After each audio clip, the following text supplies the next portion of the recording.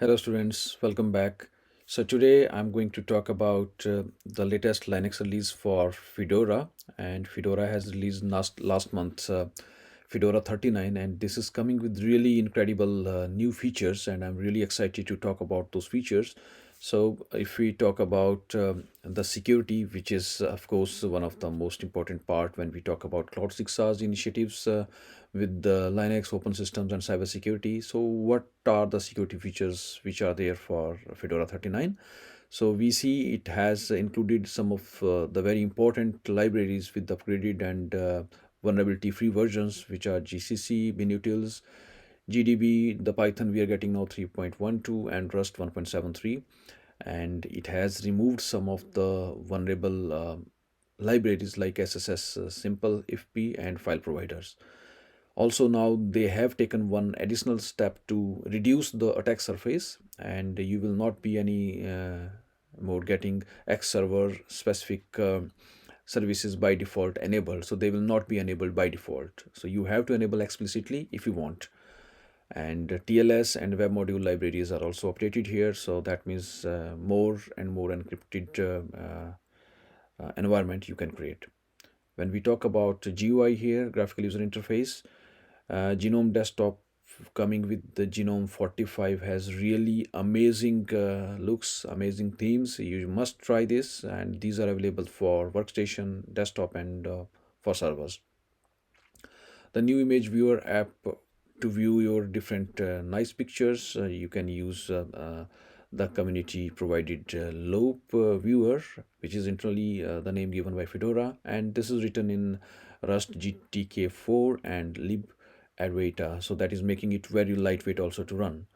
There are a lot of performance improvements, and you will find terminal where you can enable colored back prompts, and my favorite container platform Podman is also working here as well, so which is nice to see.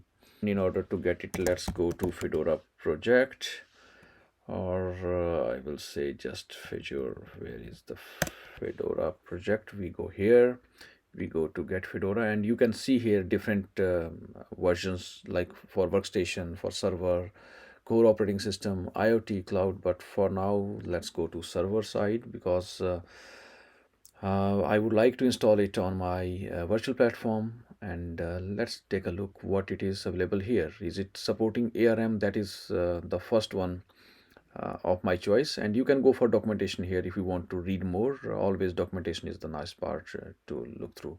So for now, let's go to download now, and here you see all different platforms are supported: Intel, AMD, ARM, which is of my interest because I have Mac and I would like to install it on my ARM processor. And it also support Power, PPC, and even IBM systems. So it is giving a lot of options like the previous ones also, but with more enhancements now. And it's already, almost 21 years since this is in the market. So it's really doing great things day by day. So let's go and start download. I think I would like to go with this one. So let's download it and let's see how big the image size is. Looks like it's quite big size, and it's going to take some time. So this is 2.3 gigs. So let's take a look. My Fedora is downloaded, and if I go here, I see it is downloaded to my downloads.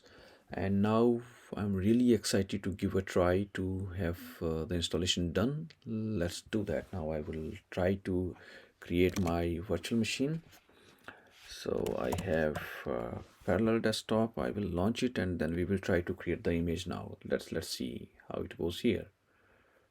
So first I will just take it this side. I'm not interested in this. We come here and I'll go to create a new VM. Let's create new, and we install Windows or another operating system from DVD or image file. So let's click this, click next, and then we will just select a file.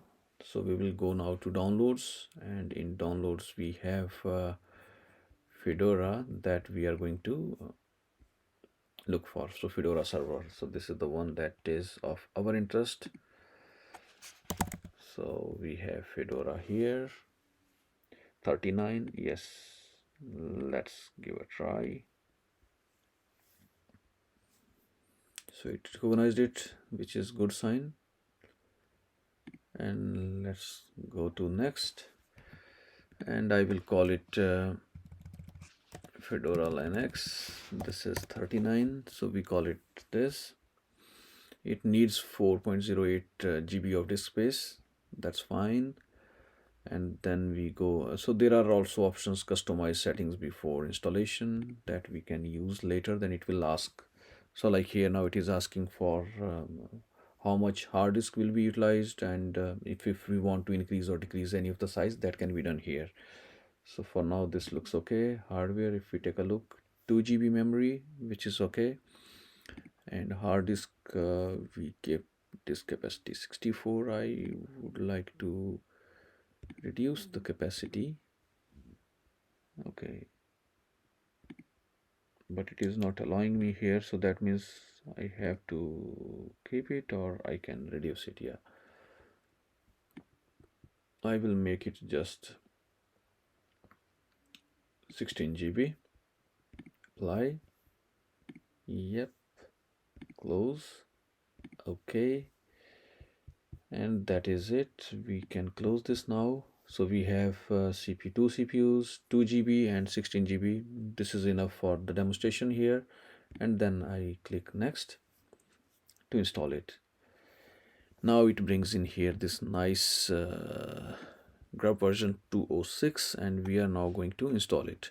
So it is saying it test this media file, but I do not want to waste a lot of time. However, I recommend that you should test the media just to make sure that you're not missing anything from your corrupt disk or ISO file. But for now, just to save time, I will do install it. And now it will just start making it. Let's see how it goes further. So here I installed the default one, which is provided by Parallels, because I got some issues with the ARM package that we just tried to download. So let's see how it goes now from the default one. And I will click here. It wants me to change the password, which is a good thing. We should always set up a new password, and it should be complex. And let's get in now.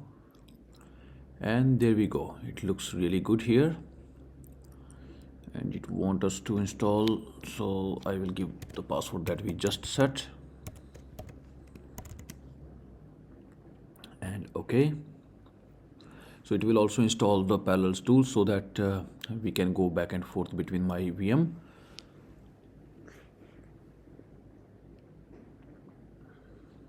So if you will notice here, this is ARM64 package because I'm using it on my Mac.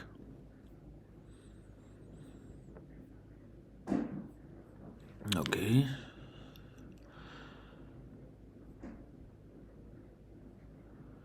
Okay, this was expected. Sometime it happens, so we can check that.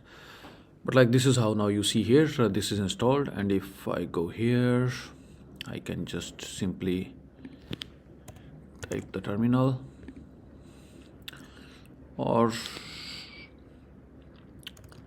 let's see the package and IP address. And if I see here, so this is not the latest Fedora. That is what I wanted to check. So it is still 36. So unfortunately, still it's not compatible with my virtual environment. But once it will be compatible, then maybe I will upload another video to show you the things. But for now, the idea was to just give a briefing about the latest version. So stay tuned for my next video, and we will share more information there. So for now, I will just power off this VM. Thank you very much for watching the video, and stay tuned for my next one.